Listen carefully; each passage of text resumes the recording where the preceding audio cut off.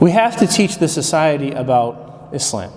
We have to, for the sake of ourselves and for the sake of our kids. Having studied Muslim kids for a long time, both in academic settings, working at a school that is over 90% Muslim kids for 7 years now, talking to literally thousands of educators in the country who teach Muslim kids. Muslim kids, they commonly, and it's actually even something recognized in education research, Muslim kids go through a sort of like dual personality complex, which comes from one being given different messaging in different places where you go in life, which might be you're given a certain type of messaging at home and in the masjid, then you're given another type of messaging at school, amongst peers and social media, etc. That dual personality complex, it can also come from seeing a inconsistency in what you're told by your parents and what you're told by your community, and then the actions that you actually see them manifest.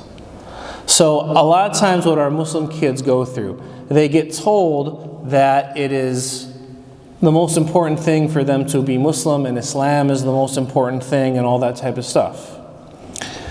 Then when they might experience that to some degree at home in their cultural spaces, but what they see from the Muslim community in general is when it comes to societal institutions, when it comes to how we exist in workplaces, how we exist in the education system, how we exist in any type of formal setting in this country, they don't see us externalizing ourselves as Muslims very much. They don't see us sticking up for ourselves as Muslims very much. The message that they get is that we shouldn't rock the boat very much. You know, there's reasons for that. I mean, there's ethnographic reasons or anthropological reasons that are studied that are for that. The majority of kids come from immigrant communities when they come here. Immigrant communities, they usually come for some economic reason when they come here, both on the part of them as an immigrant community and family, as well as the society's own reasons for welcoming them in. So their status in their jobs, this type of thing is very important to people. And with Islam being stigmatized as it is, most people find it difficult to really explain what Islam is to people, and therefore it becomes an anxious thing to exhibit it externally in a way, especially when it's something that differentiates you. Now they see parents doing that in ways that are relatively professional and non-confrontational in their workplaces and in their relations with neighbors and colleagues and this type of thing.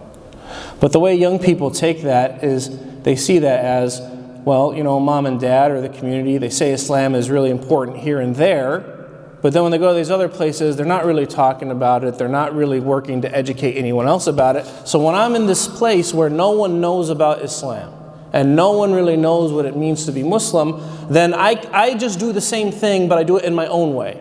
And I do it in my youthful way. And I do it in the way that other kids are doing this type of thing. And this is how our kids, they develop a certain dual personality complex. And then as they get older, you know, being one person in one place and another person in a different place, that's actually easy for kids to do, especially teenagers. Their brains are very flexible. They're built to do that. Then as they get older, it becomes a much harder thing to do, and it's kind of like, well, I have to pick what side am I on, this side or that side, and how do I present myself just as a person? And because they never had much example of people externalizing themselves in society as being Muslim, and they did not see people who controlled the environments that they were in their lives being educated about Islam, they operate in the society in such a way that Islam essentially has no part of it to them, because that's what was modeled for them and they never saw anything different.